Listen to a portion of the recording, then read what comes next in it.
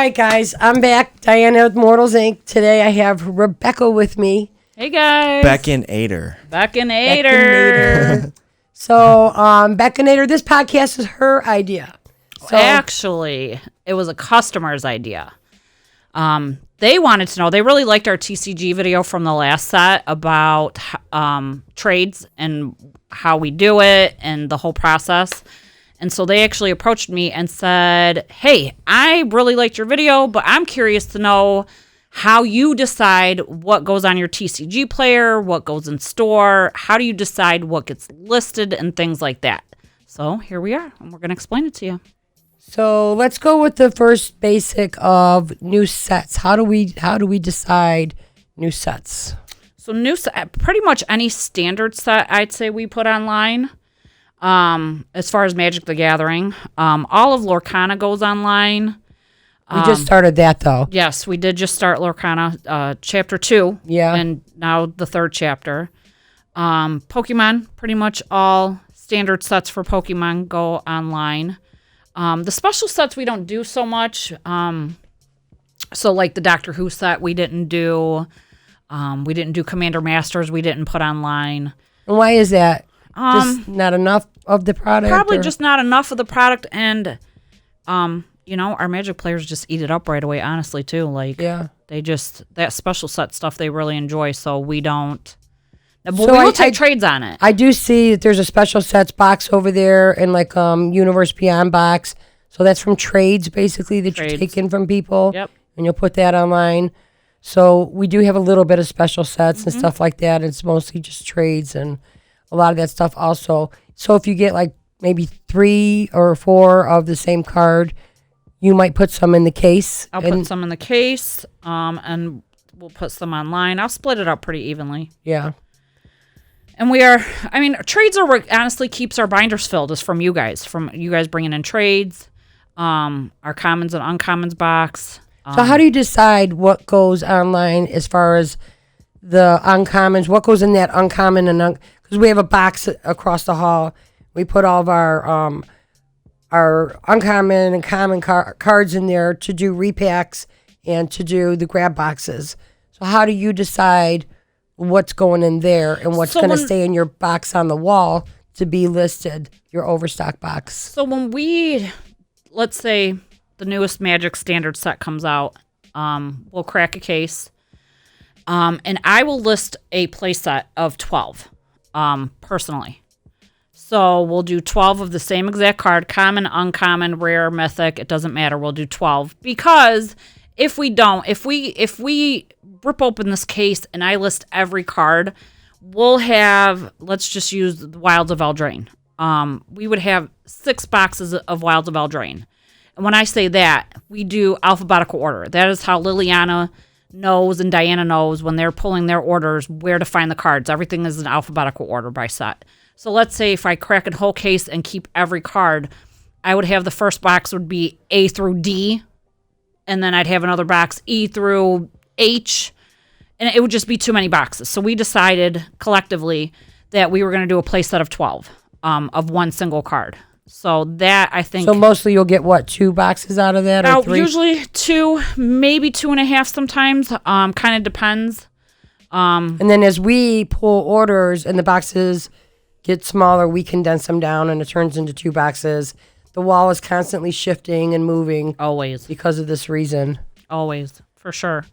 But the other day, I was listing Lorcana and somebody had asked me, what enchantments did you get? Right? It's enchantments for Lorcana. And I'm like, I don't know. And he told me I was a maniac. Because I'm here to do my job and I'm listing these cards and I'm not filing through and digging for the good stuff first. Right. And so I thought that was interesting. That's like with me and Liliana across the hall. To us, all the cards are the same. We're just pulling cards. It's a pull sheet. Doesn't tell us any price, anything. So we're pulling all these cards as if they're all worth $100 or $200 because we don't know. So... And we don't care, really. We don't. Sorry. We don't care. It's our job that we just are filling your orders and care about your order is basically, if that makes sense to you guys. And that's where you come. That's right. But you are very knowledgeable on the cars because you work the front end a lot. Yes. So you hear all the chatter from all the customers. You know, like me, I'm like, what's an Enchanted? You know, Liliana would be like, you know, what's an Enchanted? But Rebekka, you ask her and she's going to tell you, you know, what they are. But she's, you know, it's just like, it's just like. I still don't care. Yeah, still don't care. Sorry, guys. Obviously, I care to the extent of knowing what the product is, but I'm not going to crack a case and specifically dig for 2 cards. You have the chance of pulling 2 cards. Everything's going online in that Everything's box going or in the online. case. I'm going to do everything the same way that I do it. And so I crack a case. I will set everything up. And then people think I'm a maniac the way that I do it also, but I'll take out all of my A's, take out all of my B's, take out all of my C's, and then I'll go back and take my stack of A's, separate those all, and then put them in alphabetical order. So how do you guys crack boxes? Let's hear that in the comment. I do, because I go by color. She goes by which is alphabet. so crazy to me. That is the longest process to me. I don't understand. And hers is the longest process to me. So with what we'll was the fight last back and forth right here. with what set did we just put online? Murder, Karlov Manor. Karlov. Yeah. I did it my way and she did it her way, and I think we were kind of both seeing what is the shortest way without like officially saying. So she did hers in color and I did mine in my alphabet. I'll always do mine in color because mine's the right way. Hers is not. Absolutely not. Absolutely, she's wrong, guys. She's Straight so shots. wrong. Wow. Right. But that's my process, and there's no wrong way. But I would be interested. Please tell me how you guys list your sets. But that's pretty standard. I think that's just kind of how we do things. Well, how I do things, and that is really what I do most days. Because I'll tell you, during the day though, like we just talked about, those are for the new sets coming out. Mm-hmm. So during the day, let's talk about that. It's me and the TV, guys. There's like barely anybody ever here. So I have a little bit of time on my hands. And so I list during the day. And so across the hall, she has sections that are all overstock cars that need to be listed online or possibly put in a case. Pretty much not dumped in our dump no more. Catherine filters all that, so you don't have to deal with that by the time you get to it. Mm-hmm. So those cards are all on that wall right there, ready to be listed at one point. So what do you do? Like go and check out the boxes to see what needs? That is that's where I do my digging. And I'll say, like we took in a 50,000 card trade.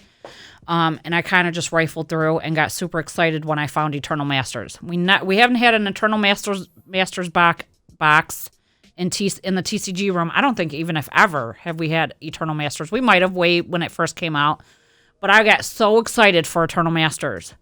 And so I dug it all up and listed it. And so I kind of just go through and find sets that we haven't had in a long time because I know those are popular. Now, you said Eternal Masters. Was you excited because you knew your customers would want that really, Absolutely. and that would go fast? Yes. So me, I don't know that. Right. Like to me, Eternal Masters is the same thing as, Wilds of Eldraine. Right. It doesn't matter. Right. So that's where Rebekka comes in and plays an important part because that helps us to keep the money flow going good, keep everything moving, keep everything on the shelves, getting rid of the product that we have, and keep things fresh. Yeah, keep things fresh and put new stuff in there. So I'll just take my little stack of cards and get my little boxes, and I'll alphabetize. And at that point, you do have to alphabetize. And then I'll just list new product, and that's how we keep our inventory fresh and new things. And then I'll move on to the next set. And if we don't have it listed, or, when you take in a big trade like that, you're going to get a lot of the standard sets, your original Dominaria, Shadowmoor, Ikoria, things like that have been around for a while that were really big. And I feel like a lot of people have those sets in their bulk collections. Mm-hmm. So those are boxes that we always keep pretty full because we get so much of it.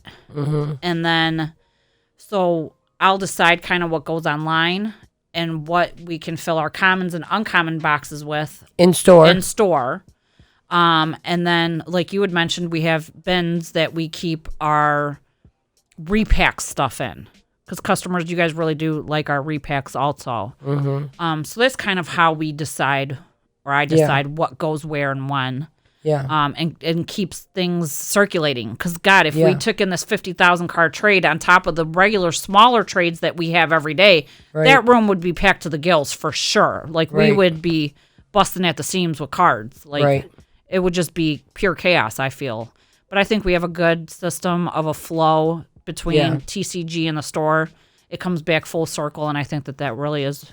I think another good thing we've been doing is we've been getting on our higher end cards is we've been putting them online, and then we have a case on the wall, and we put those in the case in the store. So people that come in the store still have an opportunity to buy them, and then we'll just take it offline if they purchase it in the store. But I think that's kind of working kind of good. Yeah. But when we put those online, they go. They go. And then another thing that we're doing, too, is taking pictures of our actual card. If there's a $400 card, we're taking a picture of it, and it's going online listed with our picture, not TCG's picture. Yes. So that's another thing that we do that's... We're learning. I feel like we're learning something new with TCG Player all the time. Like, there's stuff that we don't know yet that we're gonna know. We're experimenting. Well, I really am experimenting a lot going into it. I've been heavy over in there since July, and I'm really like buckling down, trying to figure out everything. And with Rebekka, I mean, we're a great team together. When you list cards, how do you decide if it's lightly played, near mint? What do we put anything online that's near mint? So the only time that we really list anything near mint is when we freshly crack a pack. That's really about the only time, because it hasn't been touched by anyone else. It hasn't. That's really about it. Everything else goes under lightly played. So go by TCG price, market price, or lowest price, or what do we kind of feel it out? How does that work? We kind of feel it out.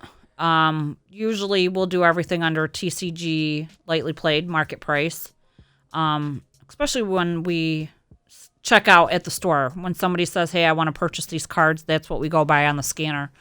But for the most part, when I'm listing, we'll feel out kind of what the range is. And if it's damaged, we're going to put it on, and we're going to put it... It's listed as damaged. And you know, we photos, everything.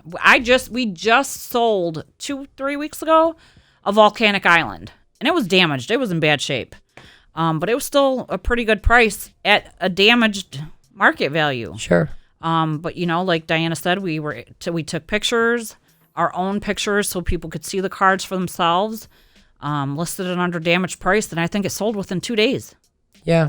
So even damaged cards, people, you know, it was a alpha. It was an alpha volcanic island. Look it up, guys. Check that out. To me, you know, that's a $5 card or a $500 card. I'm not really sure. And again, I know more about Magic cards than I ever thought I would in my life. Ever. Yep. You, Mikey, too. Yeah, just the little knowledge I have, yeah. Do you enjoy the cards? Do you enjoy it now? I do. You're chasing them, aren't you? I am. It's sad. Like, I never thought. But again, even like when I'm cracking stuff, like I'm just, I don't like surprises being ruined, I guess, is my biggest, like, that's my biggest pet peeve. And so I don't want to dig through. I don't want to open my Christmas gifts while everybody's So you don't want to go sleeping. to the third card in the I back? don't want to go to the third card in the back. Like, I'll wait, like, and just see what we get. So Yeah. that's the fun of it for me. Yeah. I like to see what... Yeah. I don't know. I just... Color. It's pretty color. Red, black, white. Red, black, white. Keep going. All right, guys. Well, that's how we decide what goes online for you. So bring in your trades, and Rebekka will gladly take them. I'll take a look. Yeah, take a look at them, give you a call, and let you know. If we have the time. Check out our TCG online and see what you can buy there. It's all below. Immortalsinc.com. Yeah, most Store importantly. tab, TCG. Yep. Here we go. Bye, guys. Bye, guys.